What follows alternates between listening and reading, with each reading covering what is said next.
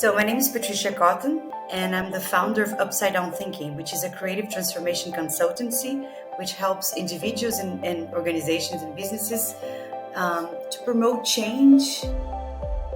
I have a project that I developed called Business Retreat, in which I make a very deep diagnosis on what are the change attempts willing to be and the gap between the intention and action.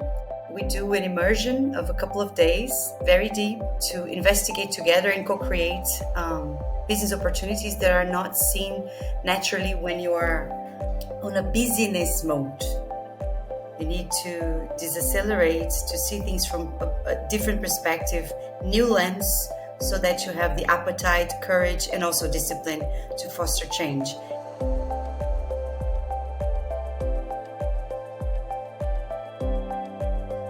I started my career studying communication and journalism specifically, working at a pay TV channel in Brazil. I worked in the international relations department, basically researching and acquiring films and documentaries for Brazilian channels. So it was interesting because I had to understand what the Brazilian audience wanted, but also to have a very sharp look on what were the international tendencies in terms of content and so forth, and also developing the skills to negotiate with people from all over the world. After a couple of years doing that, I work in a cosmetic company, focused on solutions for curly hairs. That was nice. And lastly, as an executive, I worked in a real estate company, again with marketing, but with a very different task.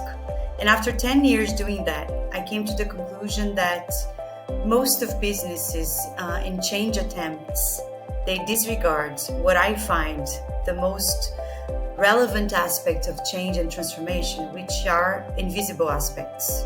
The state of spirit of people, the voice of cynicism, of fear, of judgment, and I really wanted to investigate that. So I did. I embarked on a journey on a global MBA and did a thesis on thinking upside down to promote change. And that was the beginning, the seed for what I currently do.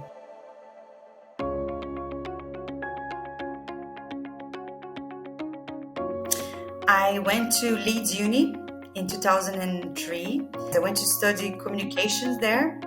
And I was so marveled by the diversity of the city because although it was in England, there were a very interesting, vast international community. And I got to learn way more than I expected. The university was great as an experience, a learning experience, but I think living in Leeds as well was amazing as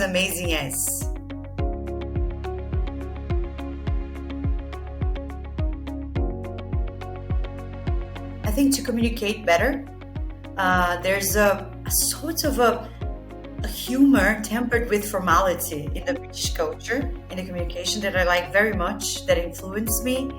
And in Leeds, I learned a lot about UK universities. They're very different from Brazilians in all regards. So nowadays I teach myself in universities in Brazil.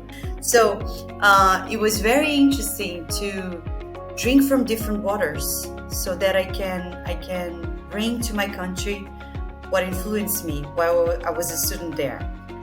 It's hard to simplify what I've learned because there are so many facets of this experience, the formal learning, the informal, the cultural, the emotional, and so forth.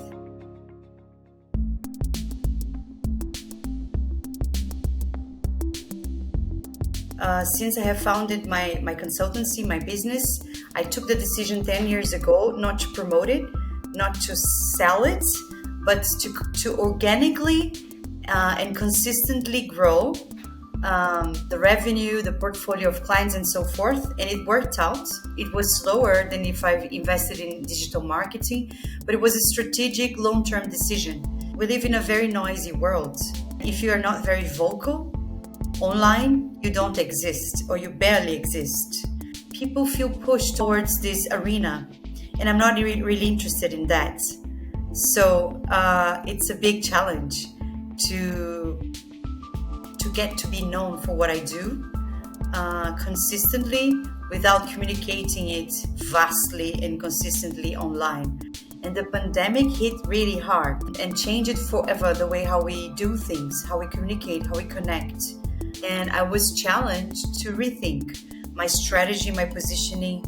My conclusion so far is that since my business survived the pandemic, it's proved itself to be resilient against crisis, and it still makes sense to me to keep going.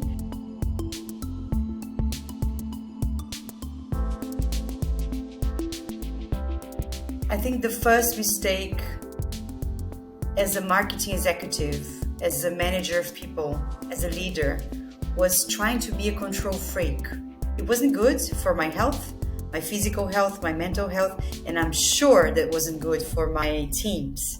This was a big time mistake, believing that I had to have superpowers, I have to have the answers, I have to be very accessible, very present, very almost irreplaceable.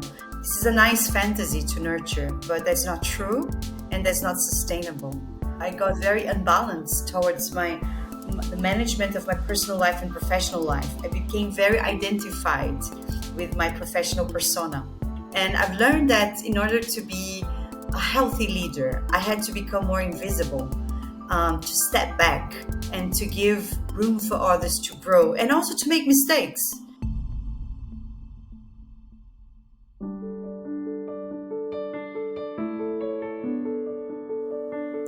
Be curious, be present, and be kind. Be curious towards what you don't know. In order to be interesting, you need to be interested.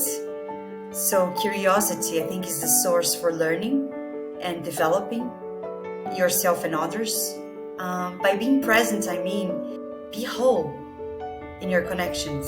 Be fully present with your heart and mind, so you can create more value and also more interesting connections than when you're too present partially, for instance, on social media. And kindness, it's something that it's very present in the Brazilian culture.